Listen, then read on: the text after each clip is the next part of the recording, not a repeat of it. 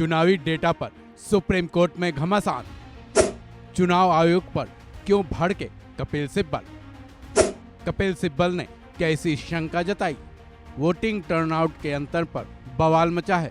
Supreme court में ADR की याचिका पर 24 मई को सुनवाई होनी है, जिसमें इस बात पर बहस होनी है कि चुनाव आयोग फॉर्म 17C के आंकड़ों को क्यों जारी नहीं कर रहा है। एडीआर और चुनाव आयोग इस पर अपनी अपनी दलीलें रखेंगे।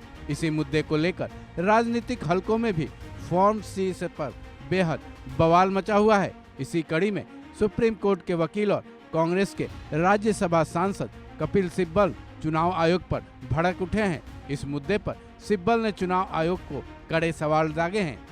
साथ ही फॉर्म C के नियमों को बताते हुए चुनाव आयोग पर बड़ी शंका जाहिर की है। इलेक्शन कमीशन के पास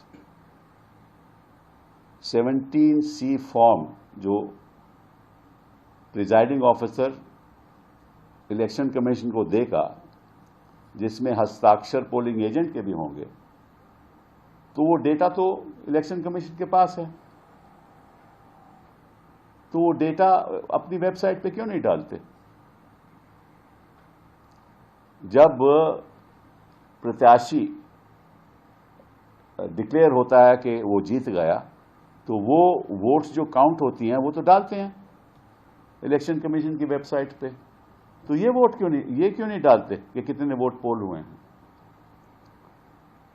इसीलिए दलों को ये शंका है कि कहीं ना कहीं दाल में काला है। और इसमें दिक्कत की क्या बात है? आपके पास वो डेटा है। अब ये तो नहीं कह सकते कि आप पास डेटा नहीं है। आप कहते हो कि नहीं, हमारी कोई कानून में कोई ऐसा प्रावधान नहीं है जिसके आधार पे हमारी जिम्मेदारी है कि हम डेटा अपलोड करें। अरे भैया, आपका फॉर्म 17 कानून का फॉर्म है ना, वो गैर कानूनी तो नहीं फॉर्म, उसमें तो सारा डेटा है। वहीं कांग्रेस नेता पवन खेड़ा ने भी 17C फॉर्म और 4 चरणों के चुनावी आंकड़ों को लेकर चुनाव आयोग पर सवाल दागे हैं। पवन खेड़ा ने शंका इसलिए जाहिर की क्योंकि वोटों का अंतर करोड़ों में पहुंच गया है। पवन खेड़ा ने लापता ईवीएम पर भी सवाल खड़े किए हैं। पिछले 4 चरणों के चुनाव में जिस तरह से जो रियल टाइम डेटा आंकड़े आए हैं, वोटिंग कितनी हुई है उसके, और उसके बाद जो फाइनल फिगर आया है, 2 उसमें सवाल उठते हैं। एक तो फाइनल फिगर लाते लाते चुनाव आयोग को 10 से 11 दिन क्यों लगे।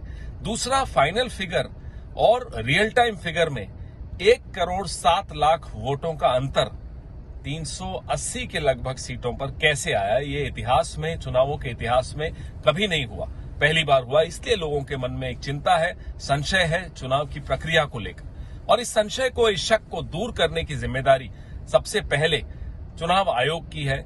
हम बार बार ये सवाल उठा रहे हैं क्योंकि पूरे देश में हर वोटर को चिंता है कि हो क्या रहा है, क्या कोई धांधली हो रही है, क्या कोई गड़बड़ हो रही है, क्योंकि कई सवाल पहले भी अनुत्तरित रहे हैं। सबसे बड़ा सवाल था कि जो मिसिंग ईवीएम्स हैं और लाखों की संख्या में हैं, वो मिसिंग ईवीएम्स कहां हैं। ये चुनाव आयोग से हमने पूछा, बार बार पूछा, लेकिन कोई जवाब नहीं आया।